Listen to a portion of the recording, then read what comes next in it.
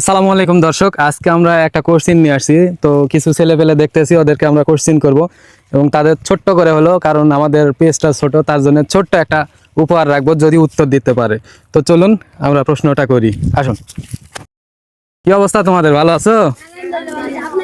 আচ্ছা, তোমাদেরকে একটা প্রশ্ন করব।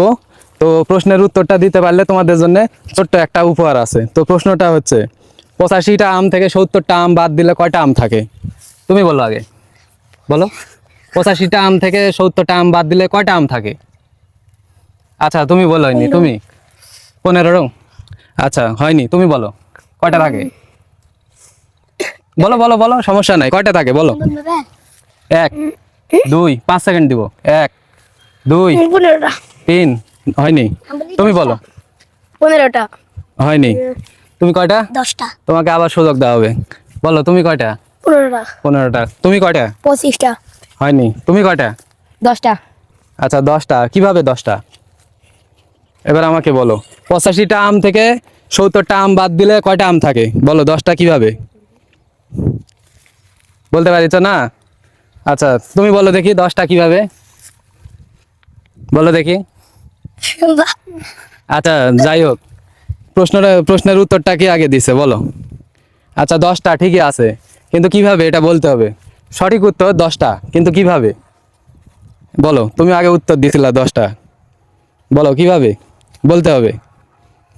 85 থাকলে আর 70 বাদ দিলে 10টা 85। 85-এর মধ্যে 80। আচ্ছা, 70টা 70-এর মধ্যে আর 10 থাকে। 10 থাকে না? হয়নি, তোমার উত্তরটা সঠিক আছে, কিন্তু তুমি বুঝাতে পারছ না। কারণ বলো দেখি উত্তরটা, আবার তোমাকে সুযোগ দেওয়া হোক, যেহেতু তুমি 10টা প্রথমে বলিস। বলো, পারবে না? আচ্ছা, যদি নাই পারো তো আমি উত্তরটা ভেঙে দেই এবং এই উপহারটা ওদের মাঝখানে আমি দিয়ে দিব, ওরা ভাগ করে খেয়ে নিবে, ঠিক আছে? তো এদের জন্য মামা বিস্কিট থাকবে এবং উত্তরটা হচ্ছে 85টা আম। 85, 85 কিভাবে? 80টা আমি পচা থাকে হচ্ছে 70টা, তাহলে 80 থেকে 70 বাদ দিলে থাকে হচ্ছে 10টা। তারপরে এই উপহারটা দিয়ে দিচ্ছি এবং শেয়ার করে ফাটাইয়া দিবেন। পরবর্তী ভিডিওর জন্য সবাই রেডি থাকবেন, ঠিক আছে?